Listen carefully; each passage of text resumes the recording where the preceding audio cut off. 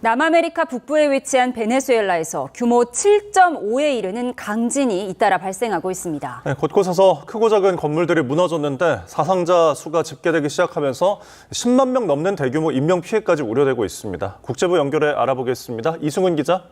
네, 이승훈입니다. 네, 규모 7.5면 엄청난 규모의 강력한 지진인데요. 먼저 발생 상황부터 정리해 주시죠. 네, 미국 지질조사국과 현지 보도를 종합해보면 지진이 일어난 시간은 베네수엘라 현지 시각으로 24일 오후 6시 무렵입니다. 현지 시각으로 어제는 베네수엘라의 공휴일이었고요. 그래서 그 시간에는 휴일을 정리하면서 집이나 건물 등에 머물고 있는 사람들이 많았습니다. 규모 7이 넘는 강력한 지진은 두 차례 잇따라 발생했습니다. 첫 강진은 규모 7.2로 수도 카라카스에서 서쪽으로 168km 떨어진 카리브해 연안 모론 지역 서쪽에서 발생했습니다. 40여 초 뒤 이번에는 모론 남서쪽으로 16km 떨어진 곳에서 더욱 강력한 지진이 발생했는데요. 이번에는 규모 7.5의 강진이었습니다. 이어 여진이 20여 차례 이어졌습니다. 정부는 곧바로 임시 비상사태를 선포했고 국제사회는 도움을 요청했습니다. 또 이번 강진의 여파로 한때 근처 여러 나라에는 쓰나미 경보가 발령되기도 했습니다.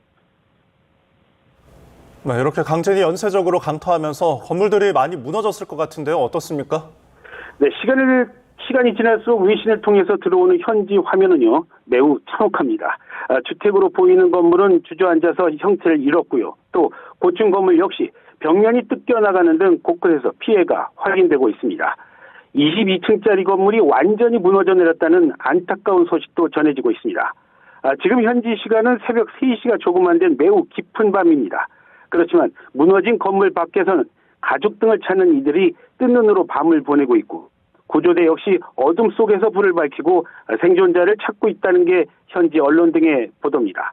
또 연쇄강진 여파로 전기와 인터넷은 모두 끊겼고요. 여기에 당국은 추가 피해를 우려해서 피해 지역 주변에 가스 공급을 차단한 상황이라 피해 발생 지역 주변은 지금 매우 혼잡합니다. 베네수엘라 정부는 이번 지진이 여러 주에서 감지됐고 주택과 건물의 추가 붕괴가 예상되는 매우 걱정스러운 상황이라면서 여진이 계속되고 있는 만큼 시민들은 집 밖에서 머물러 달라고 당부하고 있습니다. 네, 건물 피해가 이런 정도면 대규모 인명 피해가 우려되는데요. 사망자가 최대 10만 명을 넘을 수도 있다는 전망이 나왔다고요? 네, 그렇습니다. 미국 지질조사국은 이번 강진으로 인한 사망자만 적게는 1만 명에서 많게는 최대 10만 명에 이를 수도 있다고 전망하고 있습니다.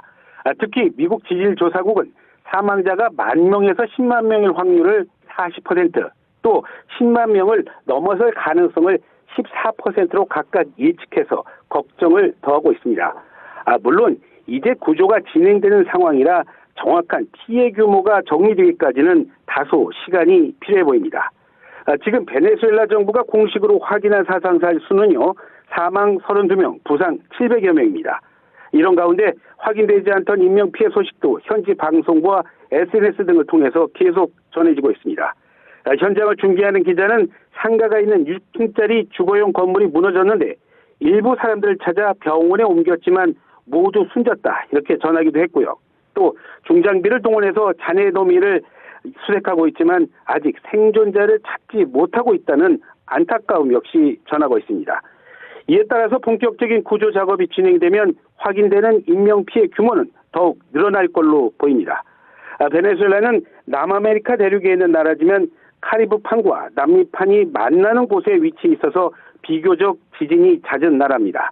지난 1967년과 1997년에도 대규모 지진이 발생해서 각각 230여 명과 70여 명의 사망자가 나오기도 했습니다. 지금까지 국제부에서 YTN 이승훈입니다.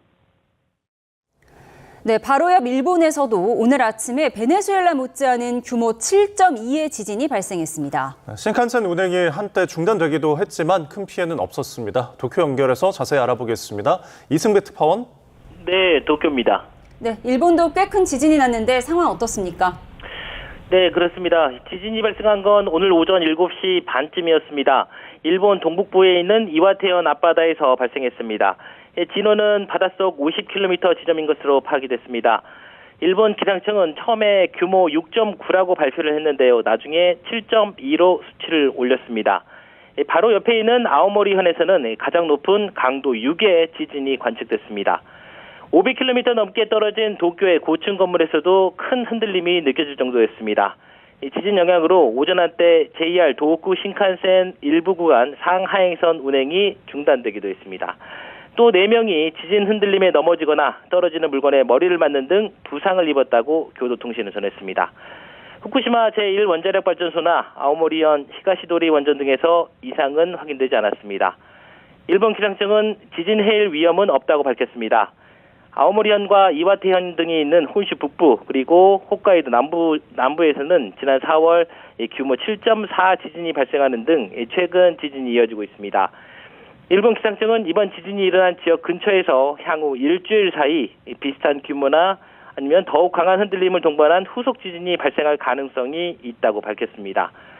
일본 정부는 지진 발생 직후 총리 관저에 위기관리센터를 설치했고요. 관계부처 국장급 긴급소집팀을 소집해 대처에 나섰습니다. 지금까지 도쿄에서 YTN 이승배입니다.